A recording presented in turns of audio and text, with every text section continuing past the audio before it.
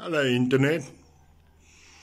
After quite a struggle, I constructed a super wine bottle copper coil that I will be featuring in my new videos. We'll have to see how this works. Maybe it is going to be a super coil, or maybe it's going to be a big flop. Who knows? Let us